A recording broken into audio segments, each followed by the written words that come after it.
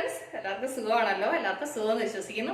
ഇന്ന് ഞാൻ വന്നിരിക്കുന്നത് നമുക്ക് കോളിഫ്ലവർ വെച്ചിട്ട് നല്ലൊരു മസാലക്കറി എന്ന് വെച്ച് കഴിഞ്ഞാൽ ഒരു വെറൈറ്റി ടേസ്റ്റ് ആണ് കേട്ടോ. നമ്മൾ എപ്പോഴും വെക്കുന്നത് പോലെയല്ല, എന്നും ഒരേപോലെ കറി വെച്ച് കഴിഞ്ഞാൽ കൊള്ളത്തില്ലല്ലോ. അപ്പൊ നമുക്ക് എപ്പോഴെങ്കിലും ഒരു വെറൈറ്റി ഒക്കെ വേണ്ടായോ? അപ്പൊ നമുക്കൊരു വെറൈറ്റി കോളിഫ്ലവർ കറി ആയാലോ? അപ്പൊ നമുക്കത് എങ്ങനെ ഉണ്ടാക്കുന്നതെന്ന് നോക്കാം. അതിന് മുമ്പായിട്ട് എന്റെ കൂട്ടുകാർ ആദ്യമായിട്ടാണ് എന്റെ വീഡിയോ ചാനൽ കാണുന്നതെന്നുണ്ടെങ്കിൽ പ്ലീസ് എല്ലാവരും ചാനൽ സബ്സ്ക്രൈബ് ചെയ്യണം കേട്ടോ.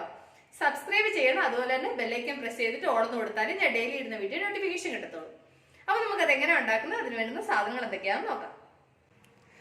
അതിനുവേണ്ടി ഞാനൊരു മീഡിയം സൈസ് കോളിഫ്ലവർ കേട്ടോ, ഇത് ക്ലീൻ ചെയ്യാൻ അറിയാത്തവർക്ക് വേണ്ടിയിട്ട് ഞാൻ പറയുക. ഇതുപോലെ ചെറിയ പീസായിട്ട് കട്ട് ചെയ്തിട്ട് നമ്മൾ വെള്ളം തിളപ്പിക്കാൻ വെക്കണം. വെള്ളം നന്നായിട്ട് തിളയ്ക്കുമ്പോൾ അതിലേക്ക് ഒരു അര സ്പൂണ് മഞ്ഞൾ ഇട്ട് കൊടുക്കണം. അത് കഴിഞ്ഞിട്ട് നമ്മൾ ഈ കട്ട് ചെയ്ത് വെച്ചേക്കുന്ന ഈ കോളിഫ്ലവർ ഉണ്ടല്ലോ, അത് അതിലേക്ക് ഇട്ട് കൊടുക്കണം. ഇട്ട് കൊടുത്തിട്ട് ഒരു 2-3 മിനിറ്റ് ഒന്ന് ചെറുതായിട്ടൊന്ന് തിളയ്ക്കണം. തിളച്ച് കഴിയുമ്പോൾ സ്റ്റൗ ഓഫ് ചെയ്തിട്ട് വെള്ളമെല്ലാം ഊറ്റി കളഞ്ഞിട്ട് ഓരോന്നും എടുത്തിട്ട് ഇതിൻ്റെ സൈഡൊക്കെ നോക്കണം കേട്ടോ, എവിടെയെങ്കിലും പുഴു ഇരിപ്പുണ്ടോ. കാരണം നമ്മൾ ആ തിളച്ച വെള്ളത്തിനകത്ത് ഇടുമ്പോൾ തന്നെ ഇതിനുള്ളിൽ പുഴു എന്തെങ്കിലും ഉണ്ടെങ്കിൽ അതങ്ങ് പോകും കേട്ടോ. ഒരു പക്ഷേ അത് അല്ലാതെ ഇവിടെ സൈഡിൽ എവിടെയെങ്കിലും പറ്റിയിരിപ്പുണ്ടോ ഒന്നുകൂടെ നിങ്ങൾ നോക്കിക്കണം കേട്ടോ. അങ്ങനെയാണ് ഈ കോളിഫ്ലവർ ക്ലീൻ ചെയ്യുന്നത്. അത് ഈ കോളിഫ്ലവർ നമ്മൾ എന്തുണ്ടാക്കാൻ വേണ്ടി എടുത്താലും ഇതുപോലെ ഞാൻ പറഞ്ഞതുപോലെ ക്ലീൻ ചെയ്യണം കേട്ടോ.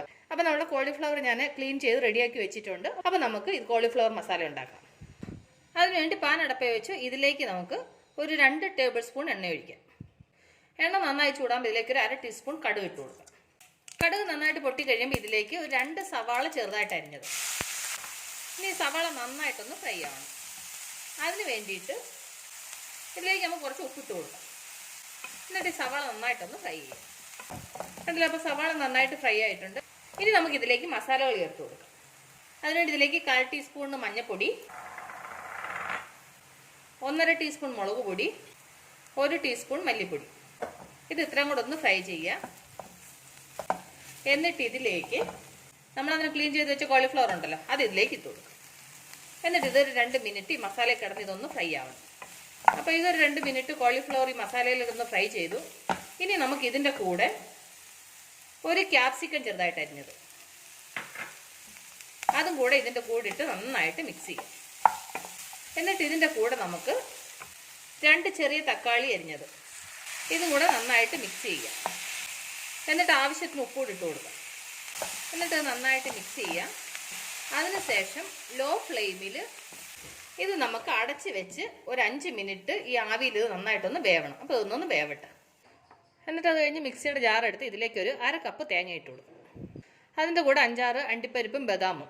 ഇത് നിങ്ങളുടെ അടുത്ത് ഉണ്ടെങ്കിൽ നിങ്ങൾ ചേർക്കുക, ഇല്ലെന്നുണ്ടെന്നുണ്ടെങ്കിൽ സ്കിപ്പ് ചെയ്ത് തരാം കേട്ടോ. ഇത് ചേർത്ത് കഴിഞ്ഞാൽ ഒരു പ്രത്യേക ടേസ്റ്റ് ഉണ്ട്. ഞാൻ അതുകൊണ്ടാണ് ഇത് ചേർക്കുന്നത് കേട്ടോ. ഇതില്ലാന്ന് വിചാരിച്ചിട്ട് നിങ്ങൾ കറി വെക്കാതിരിക്കേണ്ട. എന്നിട്ട് അത് കഴിഞ്ഞ് ഒരു കഷ്ണം ഏലക്കായി, 2 ഗ്രാമ്പു, ചെറിയൊരു കഷ്ണം കറുവപ്പട്ട. എന്നിട്ട് അത് കഴിഞ്ഞിട്ട് ഒരു 4-5 ഇതള് വെളുത്തുള്ളിയും ഒരു ചെറിയ കഷ്ണം ഇഞ്ചി 2ആയിട്ട് മുറിച്ചത്.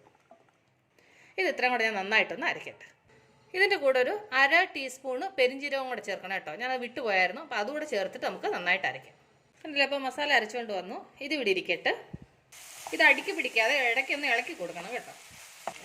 ഇനി 2 മിനിറ്റും കൂടി ഇത് നന്നായിട്ടൊന്ന് വേവട്ടെ. അപ്പോൾ നമുക്ക് ഈ കോളിഫ്ലവറൊക്കെ വെന്തോന്ന് നോക്കാം. കണ്ടില്ലേ, ഈ കോളിഫ്ലവറും തക്കാളിയൊക്കെ നന്നായിട്ട് വെന്തുടഞ്ഞിട്ടുണ്ട്. കോളിഫ്ലവർ പിന്നെ അധികം വേവേണ്ട ആവശ്യമില്ല. കാരണം നമ്മൾ തിളച്ച വെള്ളത്തിനകത്ത് ഇട്ടിട്ടാണ് ഇത് ക്ലീൻ ചെയ്തതൊക്കെ. അത് കഴിഞ്ഞിട്ട് ഇപ്പോൾ ഒരു 5 മിനിറ്റായിട്ട് ഇത് നന്നായിട്ട് വേവുന്നുണ്ട്. പിന്നെ ക്യാപ്സിക്കം ഇതെല്ലാം നന്നായിട്ട് വെന്തിട്ടുണ്ട്.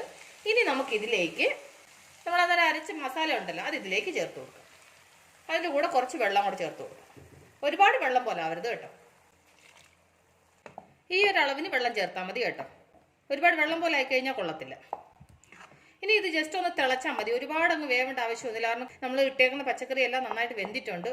ഇനി നമുക്കൊന്ന് ഉപ്പ് നോക്കാം. കാരണം വെച്ചാൽ നമ്മൾ വേവിക്കാൻ നേരത്ത് ഉപ്പ് ചേർത്തായിരുന്നു. അപ്പോൾ ജസ്റ്റ് ഒന്ന് ഉപ്പുണ്ടോ എന്ന് നോക്കാം നമുക്ക്.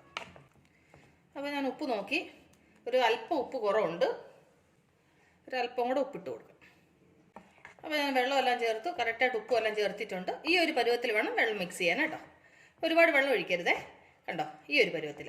ഇനി ഇതൊന്ന് തിളയ്ക്കട്ടെ. അപ്പോൾ നമ്മളുടെ കറി തിളയ്ക്കാൻ തുടങ്ങിയിട്ടുണ്ട്. കണ്ടില്ലേ, ഈ ഒരു പരുവത്തിൽ തിളച്ചാൽ മതി. കറി കണ്ടില്ലേ, നല്ല തിക്കായിട്ടുണ്ട്. ഇനി നമുക്ക് ഇതിലേക്ക് ലാസ്റ്റ് ചേർക്കാനുള്ളത് കുറച്ച് മല്ലിയില ചെറുതായിട്ട് അരിഞ്ഞത്. നിങ്ങൾക്ക് കറിവേപ്പില ഉണ്ടെന്നുണ്ടെങ്കിൽ കറിവേപ്പിലയും കൂടെ ചേർക്കാം കേട്ടോ.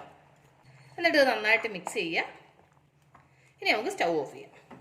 കണ്ടില്ലേ ഫ്രണ്ട്സ്? അപ്പോൾ എത്ര ഈസി ആയിട്ട് സിമ്പിളായിട്ട് നമ്മളൊരു കോളിഫ്ലവർ കൊണ്ട് ഒരു അടിപൊളി കറി ഉണ്ടാക്കിയെന്ന് കണ്ടില്ലേ ഫ്രണ്ട്സ്? അപ്പോൾ ഞാനിന്ന് നിങ്ങളുമായിട്ട് ഷെയർ ചെയ്ത ഈ റെസിപ്പി നിങ്ങൾക്ക് എല്ലാവർക്കും ഇഷ്ടപ്പെട്ടാണെന്ന് വിശ്വസിക്കുന്നു. നിങ്ങളെല്ലാവരും ട്രൈ ചെയ്യണം കേട്ടോ. നിങ്ങളെല്ലാവരും ട്രൈ ചെയ്ത് നിങ്ങൾക്ക് ഇഷ്ടപ്പെട്ടാൽ നിങ്ങളുടെ ഫ്രണ്ട്സിന് ഷെയർ ചെയ്യുക, ലൈക്ക് ചെയ്യുക, വാല്യുബിൾ കമൻറ്റ്സ് ഇടുക. അപ്പോൾ നാളെ നമ്മൾ രുചികരമായ പുതിയ വീഡിയോയും പുതിയ റെസിപ്പിയുമായിട്ട് നാളെ നമ്മൾ വീണ്ടും കാണും വരെ ബൈ.